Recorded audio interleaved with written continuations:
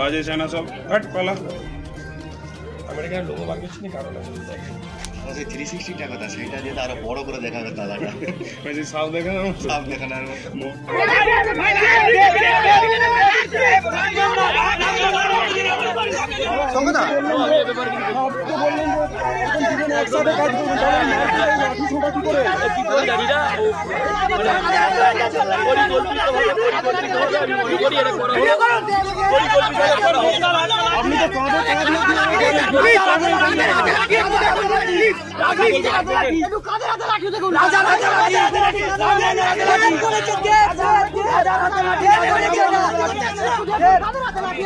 ভাবতে পারিনি এই মিটিংয়ে কেউ লাঠি গাড়িয়ে করে আসবে এটা ভাবতে পারিনি।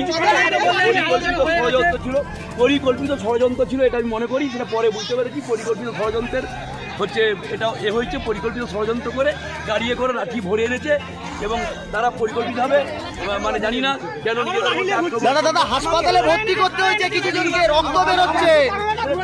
আমাকে ভাগরুল এখানে লাঠি মেরেছে, আমার এখানে প্রচুর যন্ত্রণা হচ্ছে। ভাগরুল নিজে লাঠি মেরেছে, আমাকে নিজে লাঠি মেরেছে। কি দিয়ে মারলো দিয়ে মেরেছে স্যার। দাদা কেন মারপিট হল কেন? আমি জানি না। আজকে মিটিং হওয়ার কাছে শিশু মেলা কি করবে?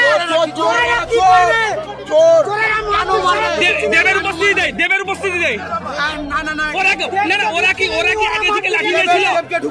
ওরা কি আগে লাঠি নিয়েছিল?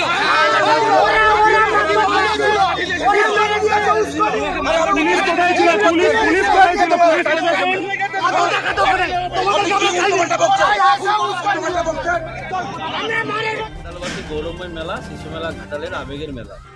এই মেলাকে নিয়ে তৃণমূল কংগ্রেস রাজনীতি করছে, এই মেলাকে নিয়ে তৃণমূল ব্যবসা করছে। কে সাহস দিয়েছে? কোন অধিকারে করছে? শাসক দল ক্ষমতায় আসার পর থেকেই এই মেলাকে নিয়ে লক্ষ লক্ষ টাকা আত্মসাৎ করছে, লুট করছে।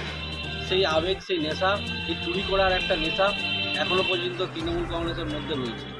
যার জন্য আমরা দেখেছি 2011 সাল থেকে 2021 সাল পর্যন্ত শঙ্করবাবু নিজের হাতে মেলা করেছে এবং লক্ষ লক্ষ টাকা আত্মসাৎ করেছে। তারপরে দেবের গোষ্ঠী জোর করে সে মেলা কমিটি থেকে শুরু করে মেলা তো পরে দেবের গোষ্ঠী, সাংসদবাবুর গোষ্ঠী মেলা 2 বছর করেছে, তারাও লক্ষ লক্ষ টাকা আত্মসাৎ করেছে। এই যে টাকার নেশা, এই নেশা এখনও ভুলতে পারেনি। তাই দুই গোষ্ঠীর মধ্যে লড়াই, সন্ত্রাস, মাথা ফাটানো থেকে শুরু করে অনেক কিছু হয়েছে। কারণ সবাই দুটো গোষ্ঠী বুঝে গেছে এই মেলা করলে কত টাকা লুট করা যায়, কত লক্ষ টাকা ইনকাম হয়। তো সেই জন্যে আজকের এই লড়াই। তো আমরা চাই ঘাটালবাসীর আবেগের মেলা ঘাটালবাসীর হাতে ফেরত দেওয়া হোক। বর্তমান যে পরিস্থিতি আমরা দেখছি, যদি না ঘাটালবাসীর হাতে ফেরত দেওয়া হয়, মেলা চলাকালীন হয়তো সাধারণ মানুষের প্রতি এভাবে অন্যায় অত্যাচার হতে পারে, সাধারণ মানুষের উপর সন্ত্রাস হতে পারে, তারা খুন জখম হতে পারে। তো সেই জন্য আমরা বলবো ঘাটালবাসীর মেলা ঘাটালবাসীর হাতে ফেরত দেওয়া।